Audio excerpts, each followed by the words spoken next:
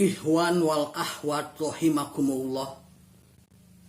Rasulullah Muhammad sallallahu alaihi wasallam dina nalika menjelang wafat masihan nasihat ka para sahabat.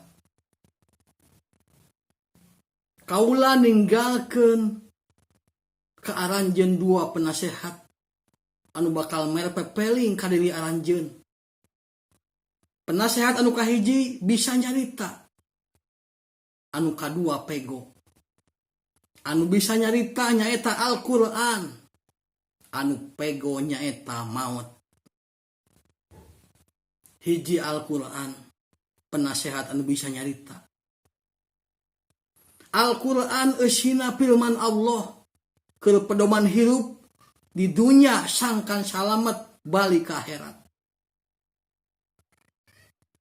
Macasa huruf Al-Quran menang ganjaran 10 rahmat Allah.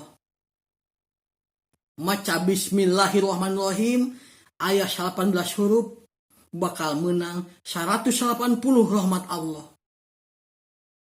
Maca surat Al-Fatihah ayat 152 huruf bakal menang 1520 rahmat Allah. Lamun aya jelema ti peuting maca Al-Quran di imahna, ti imahna bakal aya cahaya nanjeur ka langit. Imah anu tara dibacakeun ayat Al-Quran diibaratkeun kuburan anu tiisieun sarta pikasieun.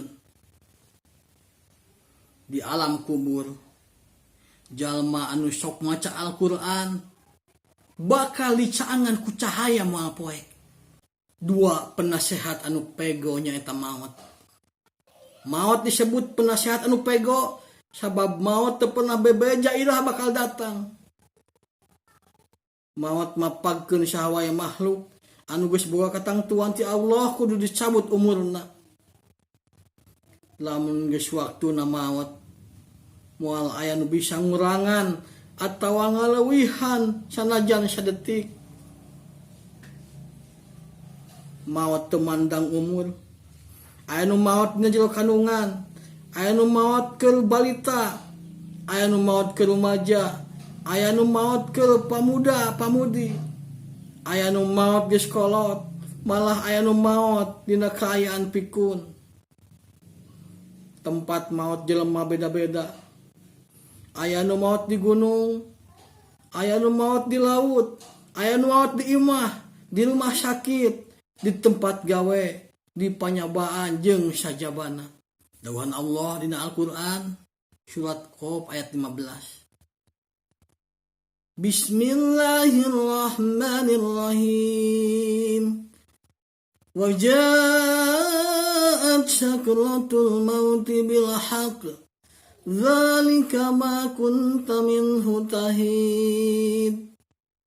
Di mana ajal datang kalayan sabenerna mangka geus kitu anjeun moal bisa lumpat.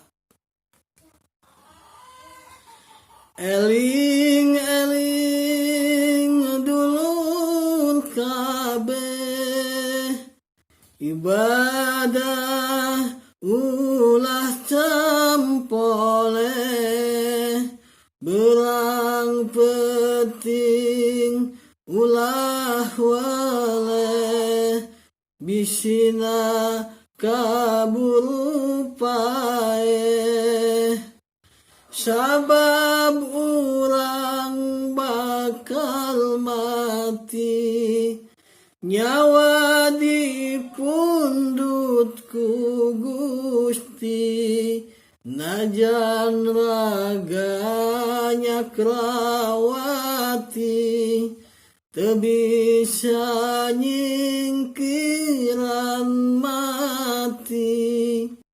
Rabbana atina fid dunya hasanah wa fil akhirati hasanah wa qina adzabannar. Wassalamu alaikum warahmatullahi wabarakatuh.